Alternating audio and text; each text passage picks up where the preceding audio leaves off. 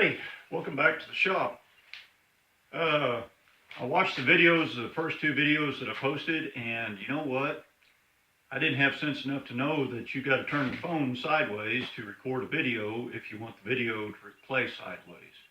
I don't know why that didn't really register in my little mind, but hey, I'm no cinema photographer and all that stuff. I'm not even a really good ditch digger. So anyway, we'll try one like this and see what happens. Also notice that my sound quality was absolutely terrible. Well, it's probably not going to get much better because this is a cell phone and I'm not going to spend $1 million on cool stuff unless I, get Patreon sponsors and all that stuff, and I don't even know how to do that. I can barely even say it. I did notice that you could hear the radio in the background, so I've got the radio turned off now. That's a little bit better. So anyway, last night when we were watching myself on TV, my 4-year-old loved that. One of the things my wife said was that the table saw she thought it'd be cool to show everybody how this table saw works. So, okay, we'll show everybody how this table saw works. It's just a fold-up table. That's all I think about it. But she thinks it's the coolest thing ever. Of course, that's a wife for you. They think things are cool when you think they're just stuff. So anyway, I built this table saw, I don't know how long ago, I probably built the start of it 20 years ago, and I've just kind of been adding to it ever since. This thing needs rebuild one of these days, but it works, so I use it. It is 8 foot long, 5 foot wide. The fence is a little over 8 foot long. I need to build a new fence. The adjustment, it just adjusts up and down. It does not have any 45 degree. If you can't rip her square, you just can't rip her. I've got a bandsaw. If I need to rip something at an angle, I'll use the bandsaw. Anyway, the coolest thing about it to me is that it folds up against the wall when I'm not using it. That way I can use this bay of my shop for doing shop stuff. So, anyway, this is about how this thing works.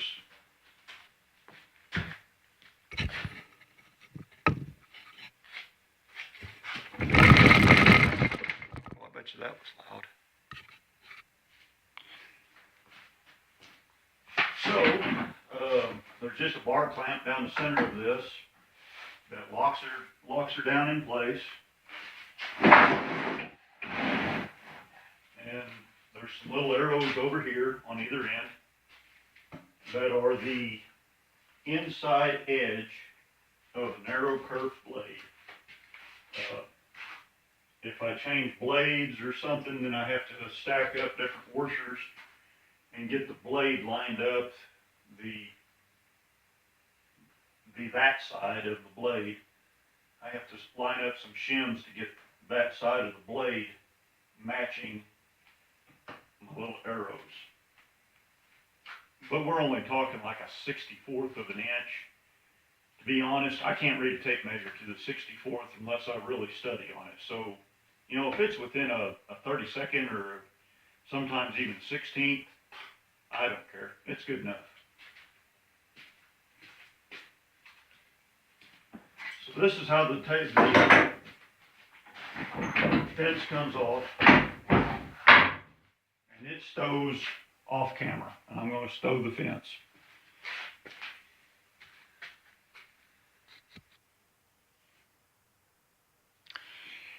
Okay, so down in here there's a 1/2-13 bolt, a piece of all thread, and you'll see the workings a little bit better when I get this thing lifted up of the depth and adjustment.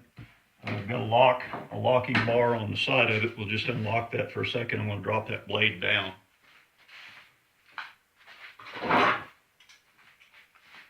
And seeing it's a 1/2-13, well, it takes 3/4 socket. There we go, blades down. this whole thing's made out of a whole bunch of plywood. I think there's like a sheet and a half of plywood in this table saw or something. There's a lot of plywood in this 24-inch square table saw insert. This does come out. I haven't ever had it out, but the saw does lift out if I need to goof around with bearings or something.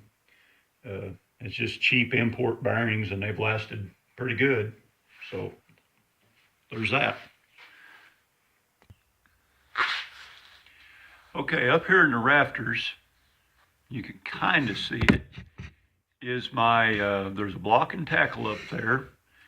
It's 1/2-inch sisal rope, and that turns around and it feeds on there's a snatch block over here in the corner. And that snatch block comes down and it'll wrap around the front edge of the table saw.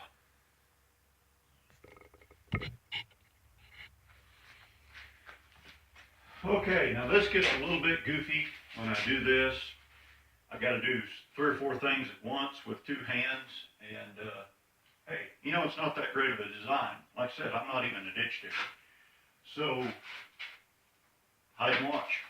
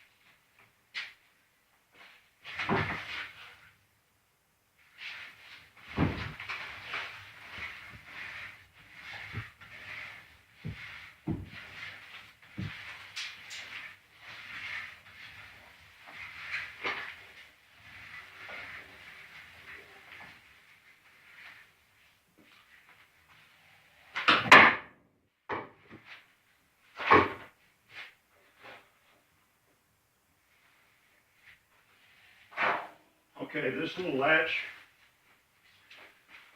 slides up and it goes behind a piece of, I think 1.5 by 1/4 angle iron that's lag bolted into these oak rafters. So that ain't going nowhere. And this is just a block for safety. To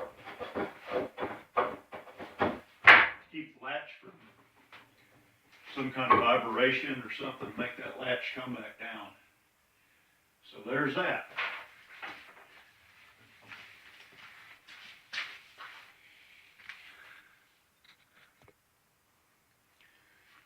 So here we go. This is the underside of the table saw. This would be the inside away from the operator. That is the lock nut over there that locks the swing or depth adjustment. This rod here is my 1/2-13 piece of all thread. That's what adjusts the depth. Over here there's start capacitors and run capacitors for this motor. This thing is a 200 volt 3-phase motor. I got it off some air handlers that I don't even know who uses 200 volt 3-phase. I think it's at 60 hertz,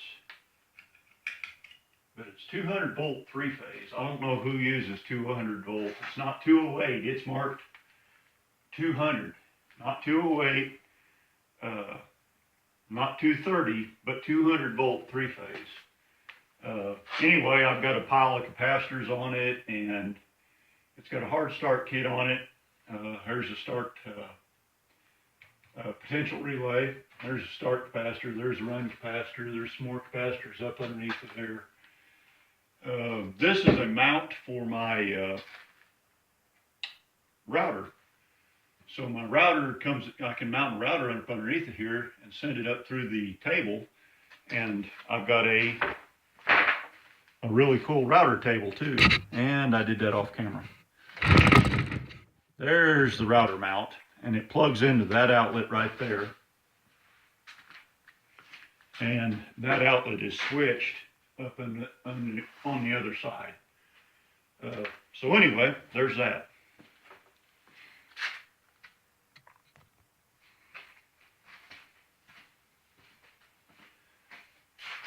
So there's all you need to know about my poor old table saw table, router table. Thanks for sticking with me. Please like and subscribe. Thanks for watching. You all have a good one.